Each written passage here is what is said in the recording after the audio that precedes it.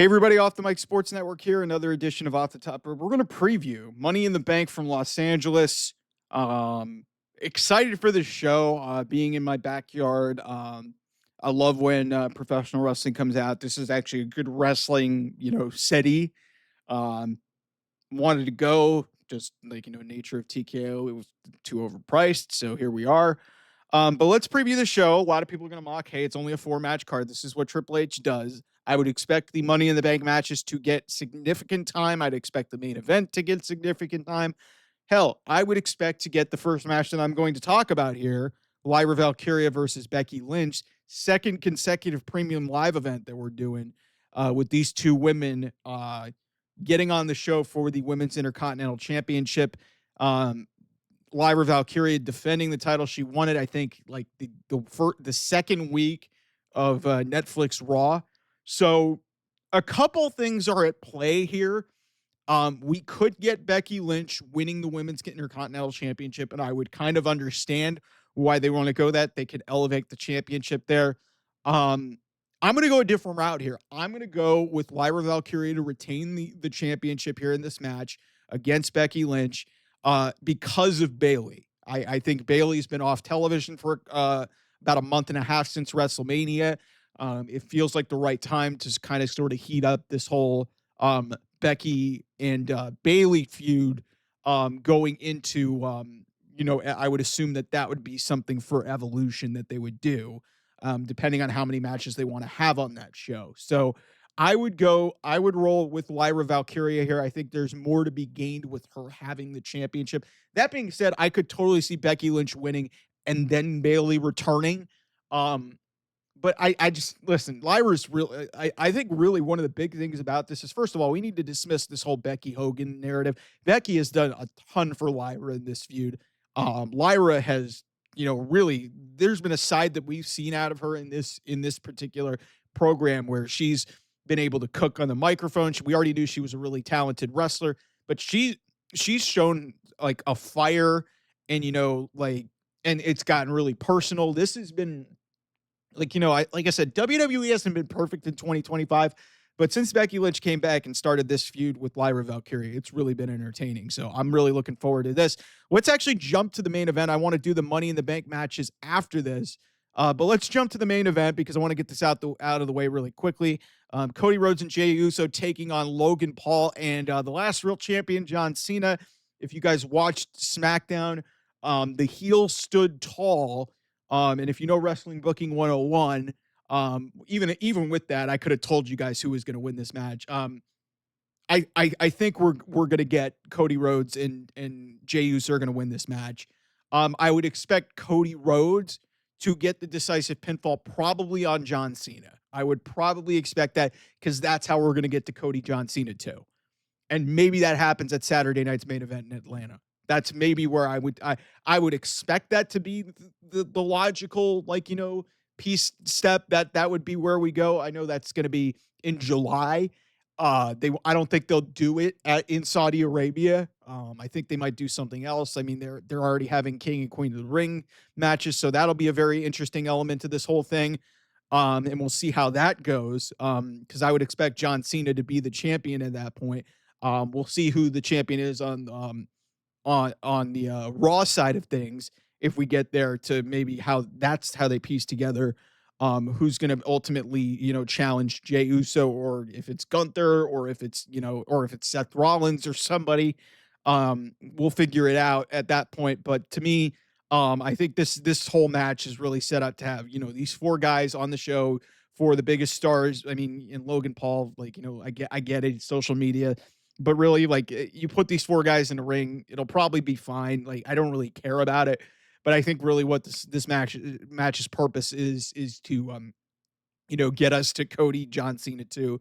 And my expectation, I think, just looking at the calendar and where they're putting Saturday night's main event, that early week in July, I would expect Cody Rhodes and John Cena to probably be the main event of that Saturday night's main event coming up in Atlanta. So that two night really like special weekend for wrestling that weekend. So All right, so then let's get to the Money in the Bank matches. Let's start up with the men because I think the women's match is maybe going to be the best match on this whole show. So for the men, you've got Solo Sikoa, LA Knight, Penta, Seth Rollins, Andrade, and El Grande Americano. Um, I hinted at this weeks ago, or even before this pay-per-view, this premium live event was announced. I think it should be LA Knight. Yeah, I think it's his third year in this match. If not now, when? Now, I know there's a lot of momentum for Seth Rollins to potentially win this just based off, how dominant his faction was. They were literally all over SmackDown, just beating the shit out of every single opponent or interacting with every single opponent in this matchup. Um, and that's one of the reasons why I don't think Seth Rollins is going to win this match. There was no CM Punk at all on the show. CM Punk effectively got screwed out of, his Money in the Bank participation in this match. So I would expect CM Punk to get involved in this match, screw Seth Rollins out of this. Another popular choice, a low key, kind of under the radar choice is Solo Sikoa.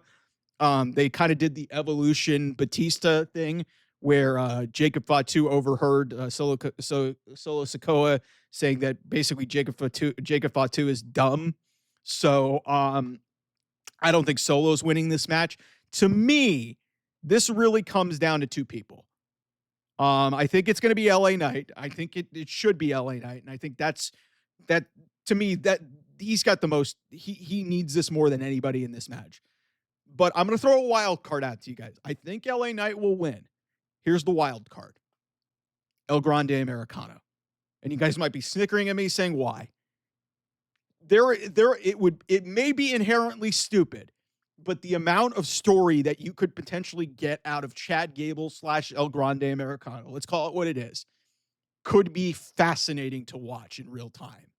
Like, I don't know what the fuck they would be able to pull out of this. And also with, Chad Gable and El Grande Americano wrestling in the same day, Money in the Bank and Worlds collide. It could be a really fascinating scenario if they want to go that route. That's very bold. That's very bold, and it would be really interesting to see if they actually go that route. Because it could be it would be a mixed decision because I think it's been a very popular, weirdly over gimmick, but it would certainly be a choice. So again, I'll go safe with LA Knight here, just because, frankly, even though, I get the Damian Priest thing, he should have won it 2 years ago in London.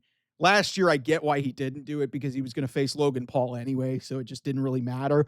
This year, it feels like the time. Like, it's just like he's still over after all of this time. If not now, when? When are you going to pull the trigger on LA Knight? So I think LA Knight wins Money in the Bank on the men's side. And the women's side, this women's match is unbelievable. Alexa Bliss, Roxanne Perez, Rhea Ripley, Julia, Naomi, and Stephanie Vaquer. You could make a case for 5 out of 6 of these women to win this match. I'm not even exaggerating when I say it. Alexa Bliss could win, but I'll rule her out in this situation because she's already won one. And she cashed in the same night. It was the second ever Money in the Bank match she won. Alexa Bliss, as over as she is, does not need to win Money in the Bank. She's clearly got something cooking with Charlotte. Roxanne Perez is interesting, but she seems really embroiled in this Judgment Day stuff with Liv Morgan. Maybe that factors into this match. I don't know. Rhea Ripley, a lot of people are thinking Rhea is going to win this match. Rhea got the decisive pinfall on SmackDown in the 6-woman tag. Again, Wrestling Booking 101. If you go over on the Go Home show, you probably don't win at the pay-per-view premium live event. So I don't think Rhea's winning, and she doesn't need it. It doesn't fit her character. It doesn't make any sense. Like, it doesn't, to me, it doesn't gel really for Rhea to be the women's Money in the Bank holder. All due respect to Julia.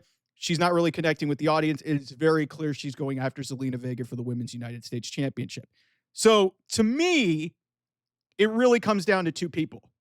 It comes down to Naomi and Stephanie Vaquer. And I'll rule out, and as much as I love Stephanie, we all love Stephanie, I'm ruling her out here because she literally just got to Raw like this week. To me, and she's over enough as it is that it just doesn't really make any sense for her to be the women's Money in the Bank holder. So even I did process of elimination for you. I told you guys this weeks ago. Naomi's going to win Money in the Bank. It's the only choice here. It is the only choice here. It fits her perfectly. especially with, what could potentially shake out in the Queen of the Ring tournament. You could have Jade Cargill be the Queen of the Ring, go to SummerSlam and face Tiffany Stratton, or Bianca Belair. You could have Bianca Belair win the tournament, and then you could have Naomi cash in. There is so much to be gained with Naomi being the Money in the Bank contract holder. And she's been in, I think she might have been in more of these than anybody. Like, she's been in a lot of these since this stipulation came into existence for the women. So this is the most stacked women's Money in the Bank field ever. And I've got Naomi winning it because, like, listen, like, it's been an incredible heel turn for her. Yes, she didn't win at WrestleMania. A lot of people were mad about that, but it fit the story for Jade to win. But it makes way too much sense. Way too much sense. And if you look at the rest of this field, yes, you can make the case for 5 out of the 6 of these women in it, but realistically, from a storyline, on star power, you can make a case for 5 out of 6 of these women. On story, again, Naomi is the only choice here, the only one. She's been incredible since this heel turn.